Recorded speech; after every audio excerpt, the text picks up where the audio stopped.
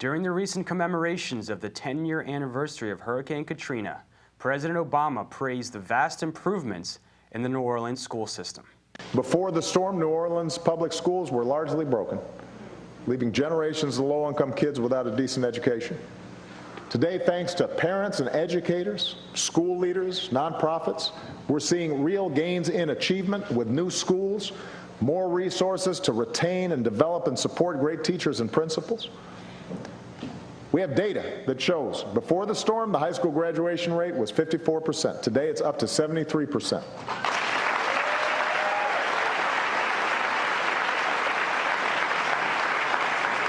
Before the storm, college enrollment was 37%. Today, it's almost 60%.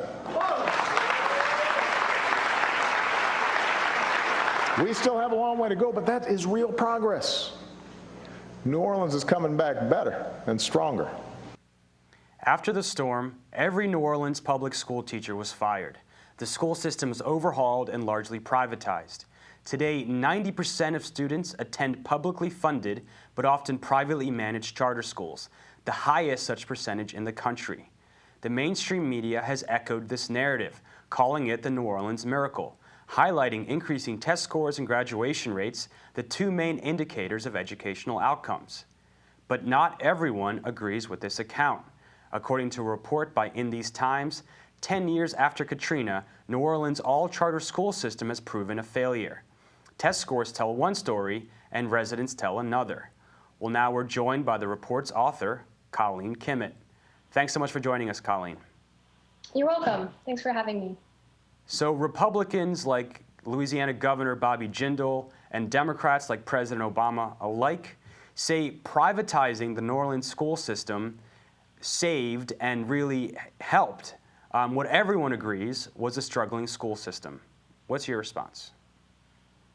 Well, my response is that, while we have seen improvements in academic achievement, many members of the community in New Orleans feel like they've been left out. And this market-based system has resulted in a host of other problems for New Orleans students and parents.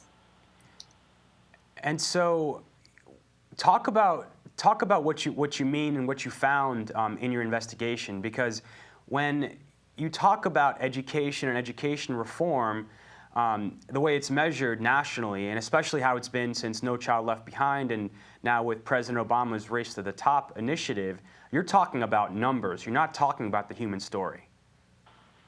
Yeah, and one of the problems with this market-based system is that it's really high stakes. So schools that don't perform, charter schools that don't perform, that don't meet those minimum academic achievement standards, they get closed down. And I talked to parents and students who were really upset because they had to essentially find new schools for their kids.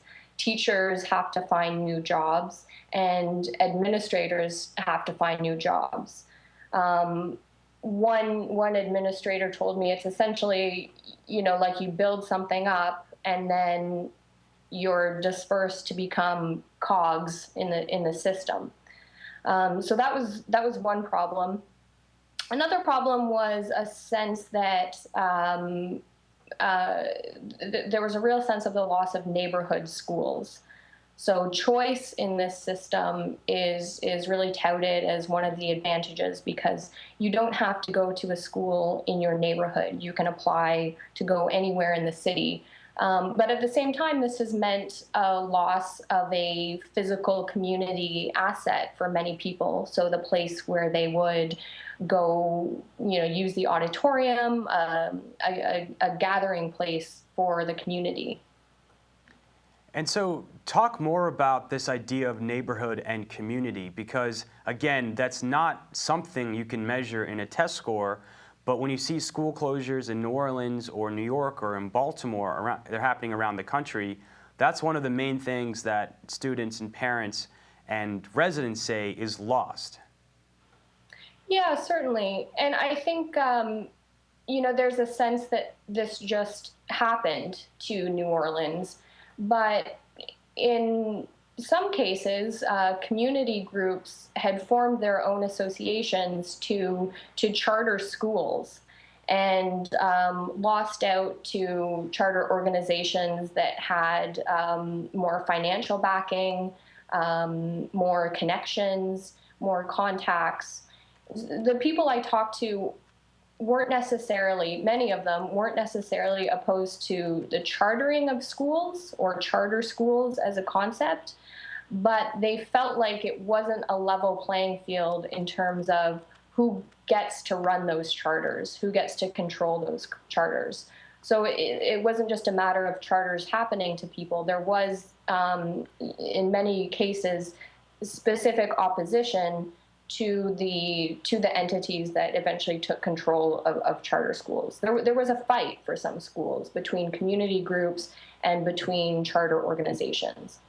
And that is significant because charter schools are not part of the overall school district and they don't play by the same rules. So with teacher discipline, teacher hiring and firing, they have their own set of rules they play by. And before, in a neighborhood school or a community school, those are decisions that the community would have a greater input in.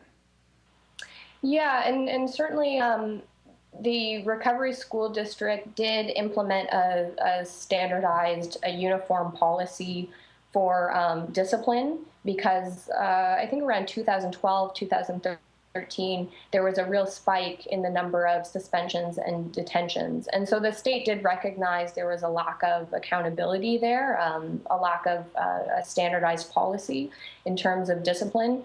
So that's something that has changed, and I think people were happy to see that change. In terms of hiring and firing, that is up to individual charter organizations, and we've seen a pretty big difference in terms of what teachers are getting paid from school to school. We've also seen a drop in the number of African American teachers, and that was something that came up quite often when I talked to parents. Parents were upset because, as one mother told me, they weren't seeing enough Black faces in the classroom. And that came along with a sense of feeling like the culture wasn't being respected. They don't understand us. We need more Black role models. Those were some of the things I heard from parents. And of course, these same reforms would never be instituted in the schools that President Obama sends his children to.